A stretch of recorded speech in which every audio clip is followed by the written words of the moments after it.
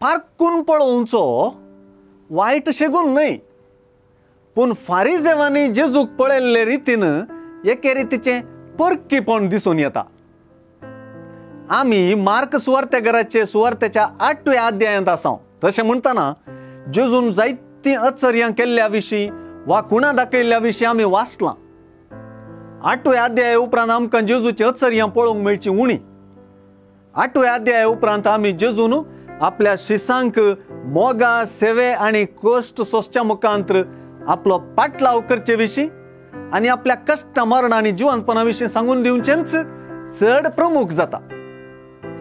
जेजून केल्लीं महत्कार्यां जायतीं आनी तीं फारिजेवांक पावनात आनी तीं पावशीय नात. तांणी जेजू लागीं खुणां मागुल्लो उद्देश जेजूक सतमानच्याक न्हय, बगार ताका कांय रितीन शिरकावून घालच्याक. जेजू सोय मानोभाव स्पश्ट करता की जेजूची आश्चर्यां आनी खुणां कोणाय विरोध तर्काक रावून आपलें सारकें म्हूण बासूंक आनी आपणाकच वर्तो करूंक न्हय, बगार सर्गींच्या राजाची शिकोवन परगटूंक, ते राज परगटूंक आनी अस्कत्यांक, पिडेस्तांक, देंवचार लागल्ल्यांक, दुर्बळ्यांक तांच्या बांदपासांतलें सुटोवन बाचाव करूंक. येदोळ केल्लीं महत्कार्यां मांडून घेवंक इन्कार केल्ल्या फारिजेवांक पळयोवन जेजू मतींतच सोसकारता.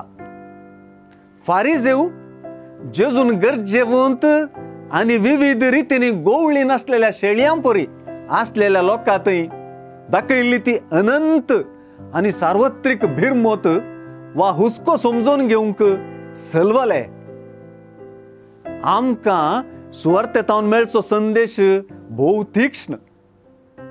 ताचेर बरवसो आनी विश्वास दृढ करच्याक तुका जेजू विशांतली सुवार्ता पुरो वा ताचेर विश्वास दवरच्याक तूं एका परक्या परी आनीकय व्हड व्हड खुणांक आश्चर्यांक राखून आसाय.